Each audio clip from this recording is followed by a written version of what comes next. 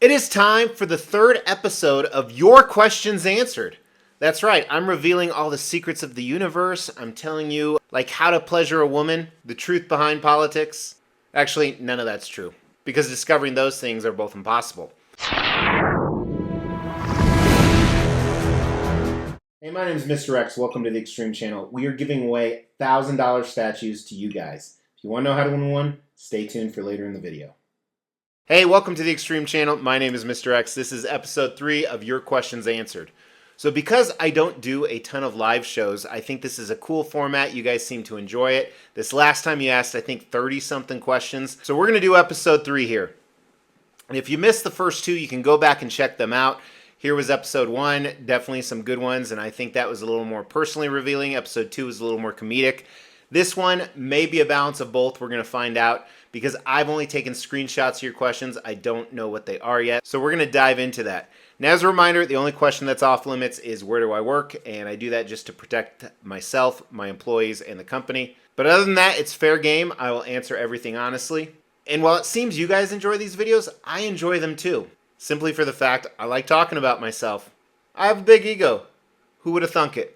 Now, before we dive in, this last time, I actually threw out the questions on Instagram and Facebook as well as YouTube. However, the huge majority, all but one, came from YouTube again.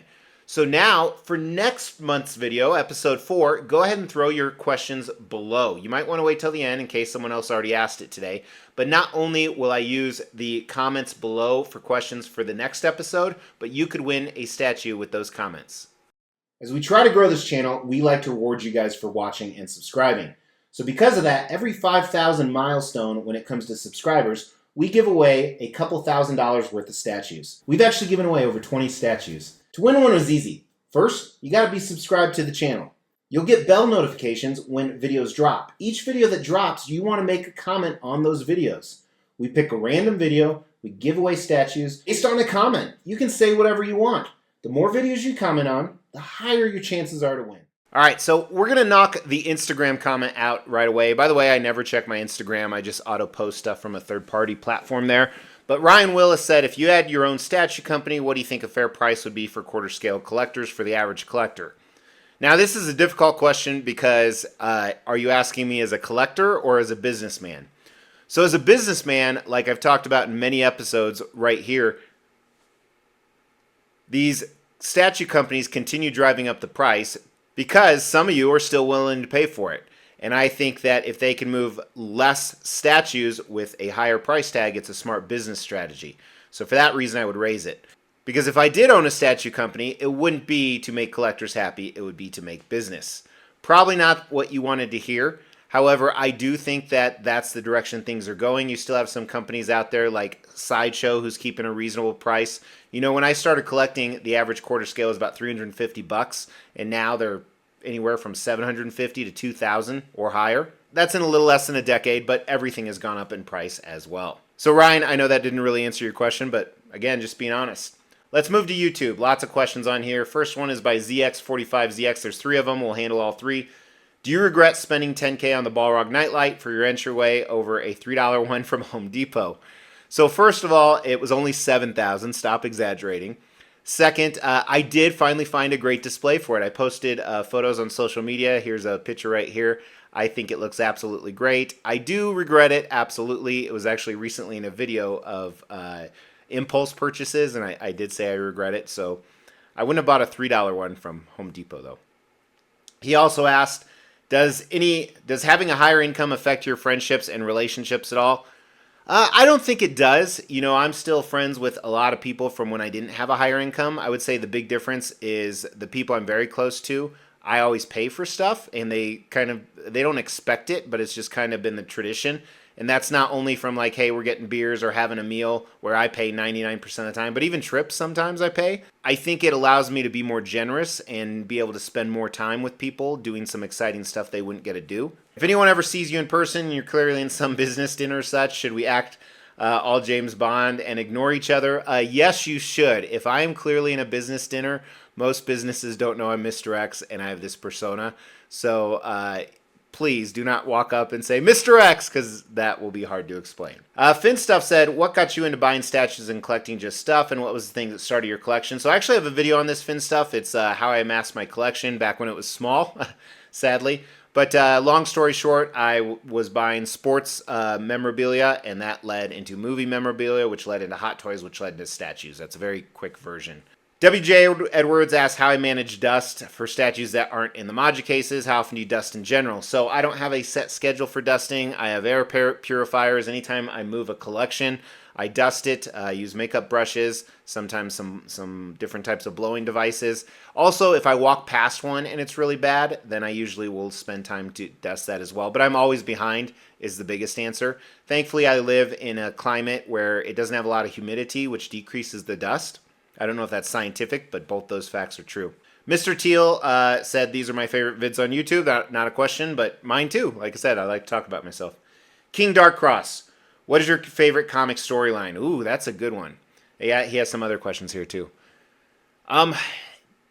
This is tough. I wish I could pick a top 5. So this is somewhere in my top 5, but I love Lethal Protector because it's very nostalgic to me, and I like how it was Venom who wanted to kill and eat Spidey's brains, started protecting people. So he was kind of that anti-hero, and he was discovering himself. And then, you know, it went off into some different storylines like the Madness. But it really set up Venom's character for who he is today, who is one of my favorite characters. So I'd say Lethal Protector. What do you think RDJ as Doctor Doom? I'm not happy about it. I think they're stretching. I think the MCU is dead. Or dying, and they're doing anything they can, and they thought that this is the way to revitalize it because he was the most amazing Iron Man ever. Will I go see it in the theater? Absolutely, but disappointed. I think they're grasping at straws. What character or version of a character would you want made? So I have that in a video here. Why won't they make these statues? You can actually go and check that out. See, I try to preemptively answer a lot of your guys' questions. Pentacle, who comments on every single video, what characters would you want or highly consider purchasing life-size statues of? Okay, so a little bit of a twist on that question. So for the most part, other than a life-size Yoda, if I have a life-size statue, I don't want it as a person. So I have, you know, an Iron Spidey and an Iron Man and a Han Solo. So I want it like almost as a suit. So not that there's a physical person inside of that, if that makes sense. So it would have to fall into that category. You know, Venom, I've seen some, you know, one-off life-size Venoms that didn't look very good. It's like, would I ever get a Venom? That's a tough one. Could be the symbiote suit by itself. So, couldn't be a person. Like, couldn't be a Batman or a Superman. Not John Cena, Tim. What makes someone break the trust you have for them? For me, is if you deliberately lie. If you deliberately lie, we are done. Obviously, if you deliberately lie because it's a surprise party or you're getting someone a gift, that's different. But that is not only personal but professional. There are so many people in my life that I've severed ties with because you deliberately lied. I would rather you give me bad news and we deal with the bad news than you deliberately lie. Office Arcade, what are your top 3 favorite YouTubers in general? Ooh, that's a good one. And secondly, who are your top 3 favorite collector YouTubers? Oh, that's a tough one. So most of the YouTube I watch is not collecting related. And there's kind of I watch a ton of political stuff, and I wouldn't have a favorite because whether it's right-wing or left-wing, most of these people are so far gone, it's not even funny. So top 3 favorite YouTubers in general. That's a tough one. I'll come back to that one. All right, top 3 collector YouTubers. That's a tough one too. So it's changed over the years for sure. Again, I don't really watch a ton. And I'm being very careful with this because there are some YouTubers I like their videos, but I may not be a fan of them, and vice versa, the exact same thing. So I love watching a lot of live stream stuff. Like I'll jump in and catch it for 20 minutes. So I love Constructive Outrage, mainly because his energy level, Sam's energy level, is through the roof, and I'm jealous of that. Obviously, Gem Min, I honestly don't watch a ton of his videos, but I converse with him almost every single day. So he's kind of my favorite as a person, not necessarily a YouTuber. I'm trying to think of who I tune in the most to. It's very different nowadays than it was a long time ago.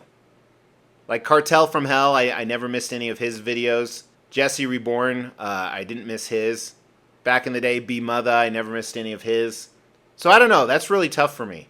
I don't have a favorite, so that's my answer. YouTubers in general, not related to. Oh, I do have one. Outdoor Boys, 100%. He's my current favorite. I'm watching him all the time. I actually have a parody video of him coming up, or that had already launched. And it's just a bunch of political stuff. I'm kind of boring. I'm going to move on because I feel like I've spent too long on this question. Somebody can ask this question again on the next one if you weren't satisfied with my answer.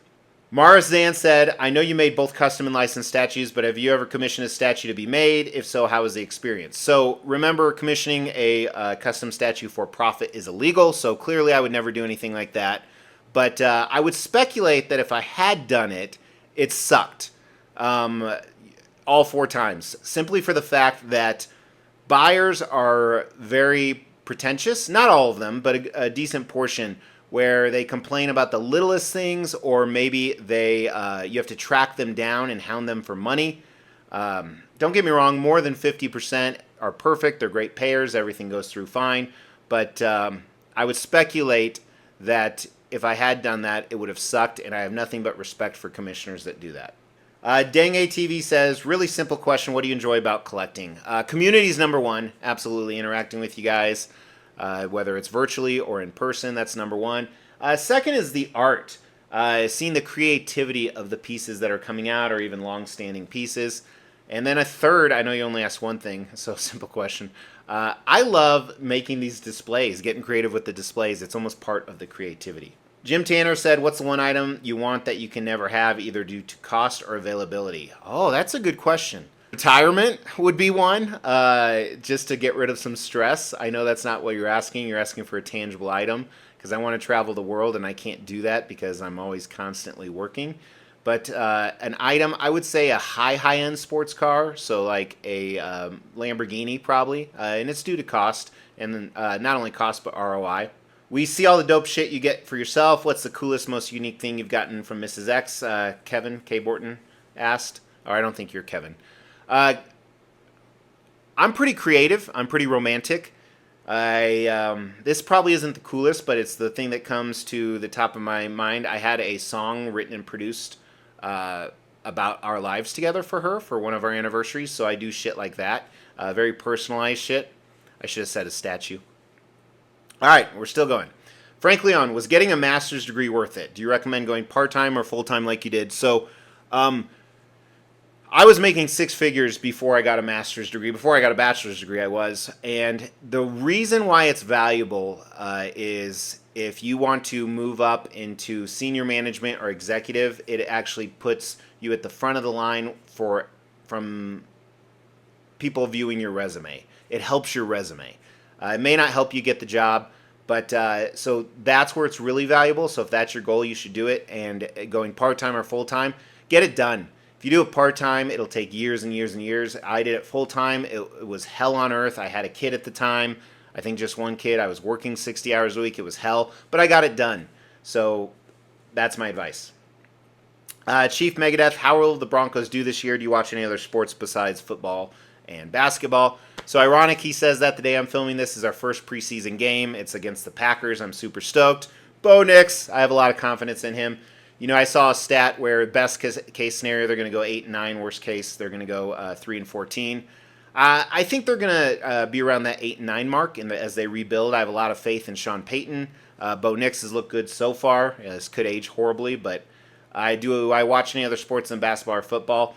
Those are my main go-tos, 90%. Not a big baseball fan, not a big soccer fan, not a huge hockey fan. I like going to games, but mainly basketball and football, mainly due to time.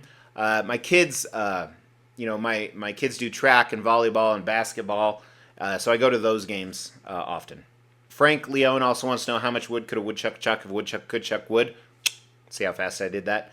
Raul 350 Raptor, does the rest of your family enjoy your statues, or are they not interested in them at all? When my children were 4 to 8, maybe, my boys specifically, they really enjoyed the statues. They're done. Now they're into cars and sports and girls. So unfortunately, it's just me. Zeke the Wise, an honest question. Do you and Mrs. X get into any heated arguments over purchases that she seems stupid regarding billing statements? Well, this is actually a complex question, but I will answer it. So billing statements, we don't really see. We just pay the bills. She doesn't dive in. I don't dive in too often. We have large bills each month, as you can imagine. With my spending habits, we charge everything on a credit card and pay it off every single month. So we never have any interest. But sometimes those are good $20,000, $30,000 payments. No, she more gets mad when she sees the product arrive at the home. So not necessarily on the billing statements, because she's not dumb. She knows how much they cost. But we don't argue about that. We argue about really stupid stuff, like you looked at me funny or some things that aren't serious. We never argue about things that are serious. Last comment, SF6FTW says all of his comments are disappearing. Maybe because you have a potty mouth. I don't delete them. YouTube probably does. That's what I'm guessing. So that's it. A little bit longer episode than I wanted, but you guys asked some fantastic questions. Hopefully I answered them to your satisfaction. If I did not, ask again, and I'll talk about it the next episode. That'll be episode 4. And again, throw down any questions you want to know other than where I work in the comments. I will be fully transparent, and you could win a statue. Hey, thank you so much for tuning in. Thank you to all those people that commented. Really appreciate it. Next time I'm going to screen the comments early, so I think that will help where I'm not trying to raw dog it. That's probably not the right word, but you know what I mean. Take care.